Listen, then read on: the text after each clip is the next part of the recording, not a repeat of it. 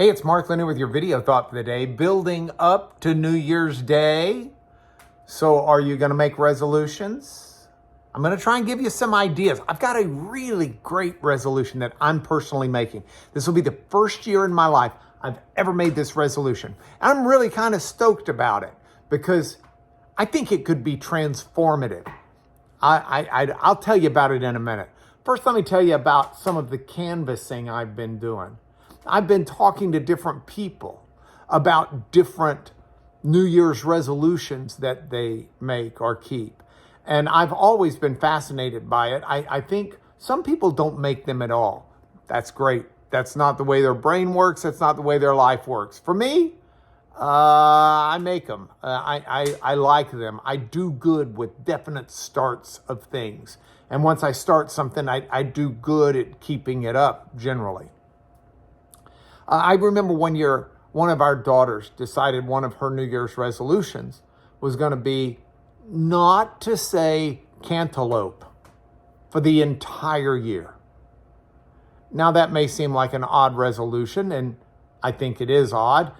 She was young, and, Becky and I did not discourage her in it, although we did try to serve her cantaloupe at every meal, just hoping that it would come out. But I do think she kept the resolution. Now, when I was very young, I made a resolution that I was going to read the Bible every day, at least a verse every day for the year. And I think I kept that up for at least 9 or 10 years before I kind of messed up one day. I know a lot of people, and I've done this before, make a resolution to read the Bible through, cover to cover, in 1 year. And that's not a bad thing. It's about 3 to 4 chapters a day. Most days 3. Occasionally you have to throw in a 4th chapter, but you make it through the whole Bible in a year. Another wonderful resolution. My mom always has a resolution to pray every day for every member of her family. And that, of course, is a splendid resolution and something that we ought to be doing. Now, before I tell you my big resolution for this year that I'm so stoked about, let me talk to you about these ideas biblically. I was reading this morning in the Old Testament prophet Hosea.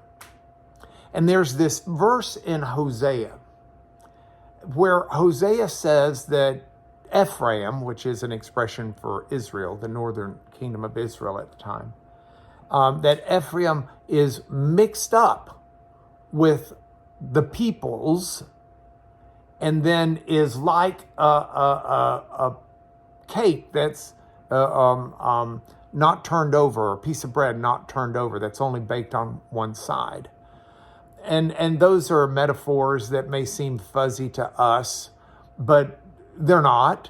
The first metaphor about being mixed up with other people, the Hebrew is a very ambiguous usage there that could mean that they're mixed like you mix ingredients in a recipe. They're mixed up, intermingling with other people. But it also means confused, mixed up in your brain. And so they had not focused. They were frittering away their days. And that was part of it. Then the other part where it says like the bread that's baked that's not turned over, or a cake, that just means half-baked, like we use the expression today. So Israel, because they weren't living deliberately for God, were living in a haphazard, mixed up, confused, just frittering away their day way. They were half-baked. They weren't what they could have been. And that's the way with you and me. So I want my resolutions to be ones that help me live deliberate and focused. So here's what I'm going to do this year.